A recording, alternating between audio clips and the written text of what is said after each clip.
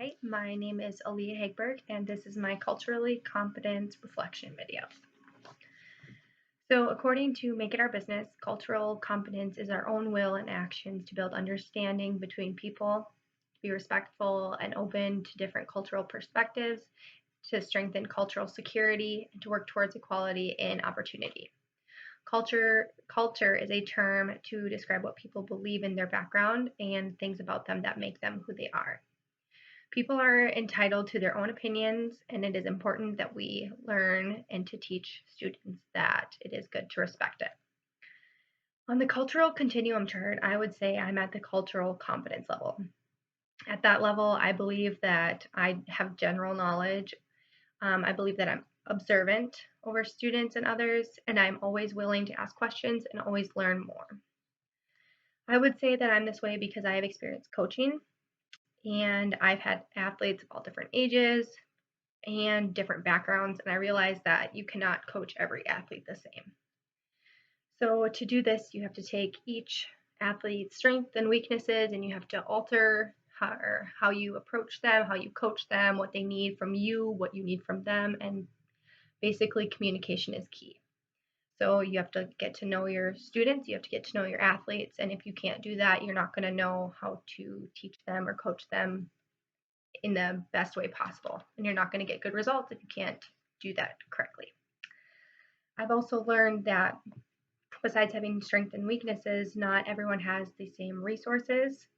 And by resources, I mean availability to facilities, equipment, and not everyone has the time or the money.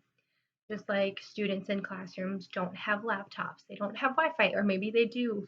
Maybe they are working, depending on what age you're looking at. There's so many different components to look at, and that's why it's very important to learn your students and get to know them. See the next question. So basically, the ways that I would incorporate a good cultural competence into my classroom is getting to know my students. I would ask them for feedback, get their how they feel about an assignment, how they feel the class is going, do they have any questions for me? I always want them to ask me questions, just like I'd ask them questions.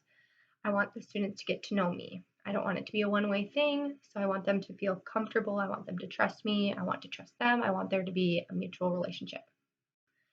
Um, I would like to get advice from unbiased coworkers. I think it's good to ask for tips, tricks, and what they think has worked for them, what hasn't worked. I think a big part of teaching is always being a learner yourself. Just because I'm going to be a teacher one day does not mean I know everything. So each student, you should learn something new, and just being open to being a lifelong learner is super important. Classes or meetings provided by the district is a way that educators can learn more about how to be culturally competent. Another way or another resource is the National Center for Cultural Competence.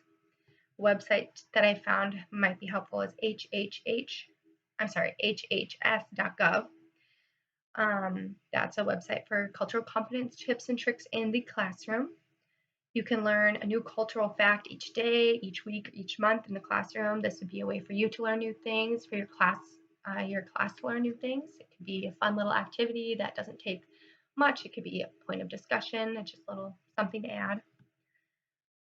Being an active member in the community is a big thing. I feel like for a teacher to be successful and impactful, you should get to know your students, but you should also get to know their parents.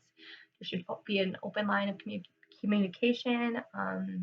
So there's trust between the parents too, because if you're having a problem with their child or your student, you want to be able to communicate with them as well. And always look for new opportunities for myself, for your students. If you see a student is interested in something like a club, get them into it, get them information. Just like if I need to know more about cultural differences and stuff like that, I should be looking out for opportunities for myself or maybe some other coworkers. According to the education.nsw.gov, I can make my classroom culturally inclusive by creating a curriculum to suit all types of learners. This would be using music, pictures, lectures, videos, games, and hands-on learning in the classroom. You want to reflect on differences and cultural diverse ideas. Always reflect on what you learned, talk about it, communicate. Be aware of prejudice and practice listening. Um, you could do that by having, what is it? Discussions in the class, get people's like opinions, and then have students respond to it. But it just making sure that it's facilitated and managed in a way that is respectful. That's important.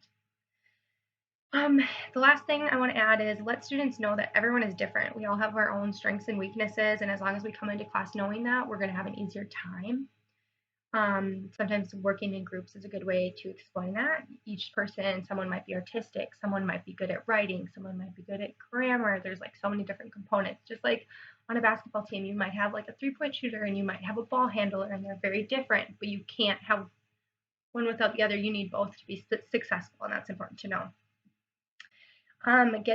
Getting students excited to talk about themselves and learn about others is a great way to learn more about culture in the classroom.